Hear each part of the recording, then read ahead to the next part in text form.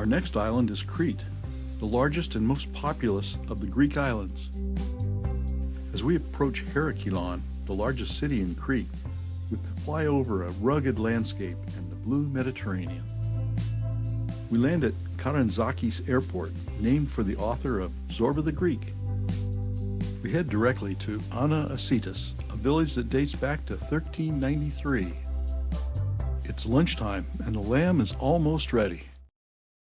Two musicians introduce us to the music of Crete.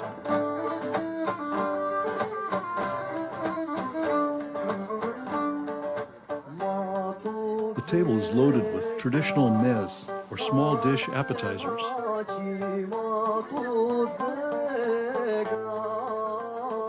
And then what we've been waiting for, the lamb arrives. Then more wine, and we're dancing.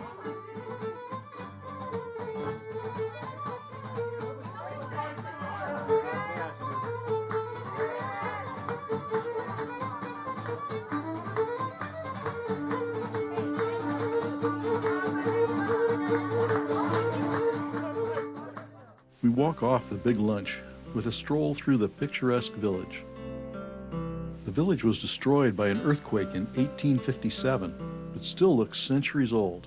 The raw materials for some of that great wine we had at lunch. The Church of St. Antonios hasn't changed much in 150 years. This lady weaves baskets in the traditional style and technique. Curious cats watch as we pass by. This lady graciously let us take her picture. She said she is 87. Next stop is the bell maker's shop, originally for goats and sheep, now going mostly to the tourists. There's an interesting village museum with artifacts of village life. These are lace samples and some antique baskets. Now we're taking a shortcut to our hotel and do a little sightseeing along the way.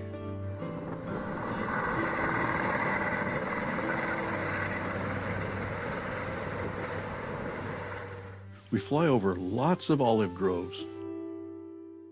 In fact, there are 30 million olive trees on Crete, which produce more olive oil than all the rest of Greece. Small villages dot the landscape.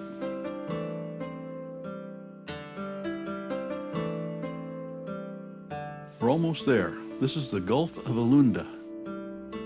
And here's our home for 2 nights, the Blue Palace. We settle into our room and enjoy the view of Spinalonga Island. After that big lunch, we head for the beach bar and drink our dinner. We're up early this morning to enjoy the spectacular sunrise over Spinalonga Island and the Mediterranean Sea beyond. This morning, we're visiting Knossos, the largest Bronze Age archaeological site on Crete. It's been called Europe's oldest city. The city was part of the Minoan civilization, named after the mythical king Minoan.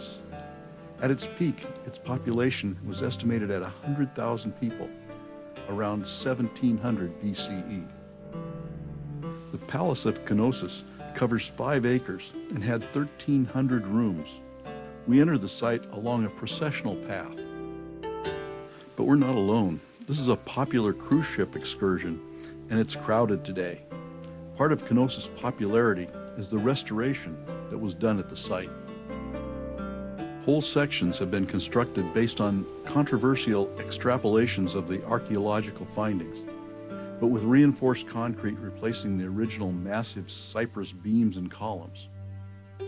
Similarly, frescoes, which were reduced to paint fragments, have been artistically recreated. A courtyard is at the center of the complex. The line is waiting to see the throne room. Stairways connect the upper courtyard level to the lower living and storage areas. The palace is up to 5 stories high. Columns were built from the trunk of a single cypress tree.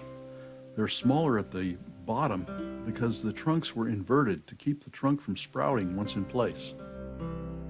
The storage areas contain large pottery jars called pithoi, used to store oil and wine. This room is the Queen's Mag-Run, with a recreation of a fresco of dolphins.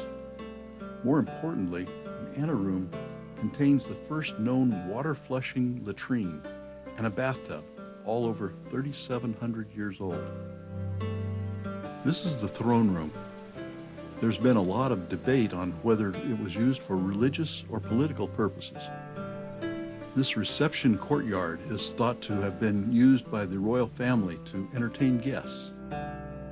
This reconstruction is called the Gatehouse because it stands at the back entrance of the complex with access from the harbor to the storage rooms.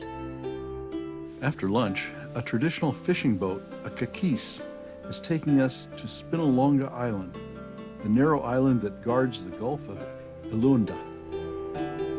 After the fall of the Byzantine Empire, after the Fourth Crusade, Crete became a Venetian colony in 1204. The Lion of Venice is on the bastion wall. Starting in 1579, Venice built fortification at each end of the island.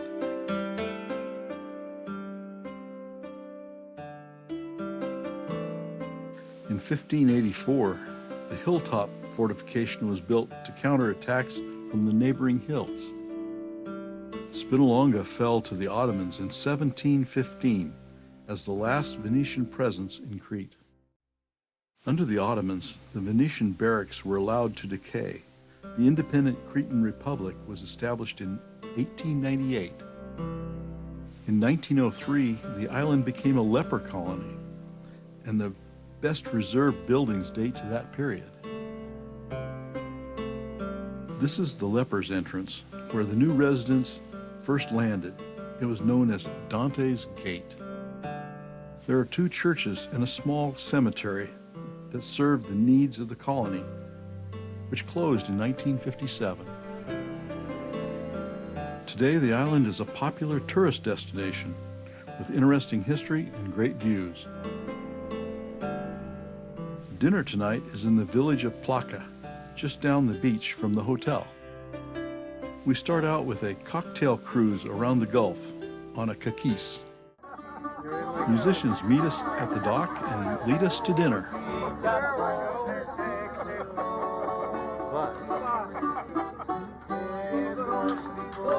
It's white linen on the beach.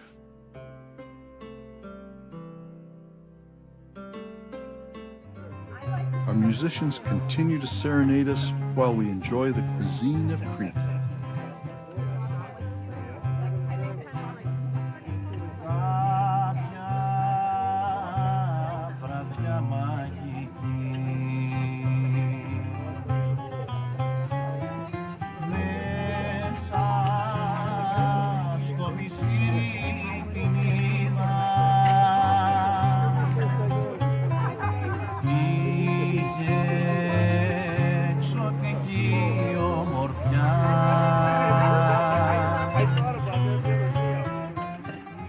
We finish up with loukoumades with honey.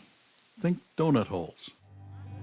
And for the grand finale for our visit to Crete, Terry treats us to some of his irreverent songs. Well, it seems appropriate given all of you guys and the fact that we're all sitting here eating far too much, and that maybe I should do this song for you. Are you lonesome tonight? Do you miss me tonight? Are you sorry we drifted apart? Does your memory stray to that time far away when I kissed you, called you sweetheart? You like sweetheart? You like that? Not bad for an English guy, is it? Does your memory stray to that time far away when I kissed you and called you sweetheart? That's stupid, isn't it, really, all that stuff? I mean, that's all sort of from the 1950s and 60s and romantic, and looking at you all now, there you are, all in your 40s and 50s, and I'm talking 1940s and 1950s.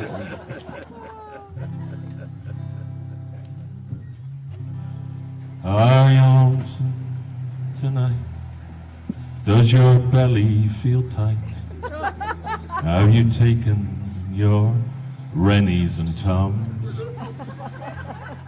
Does your memory stray to that time far away when you had your own teeth and your gums?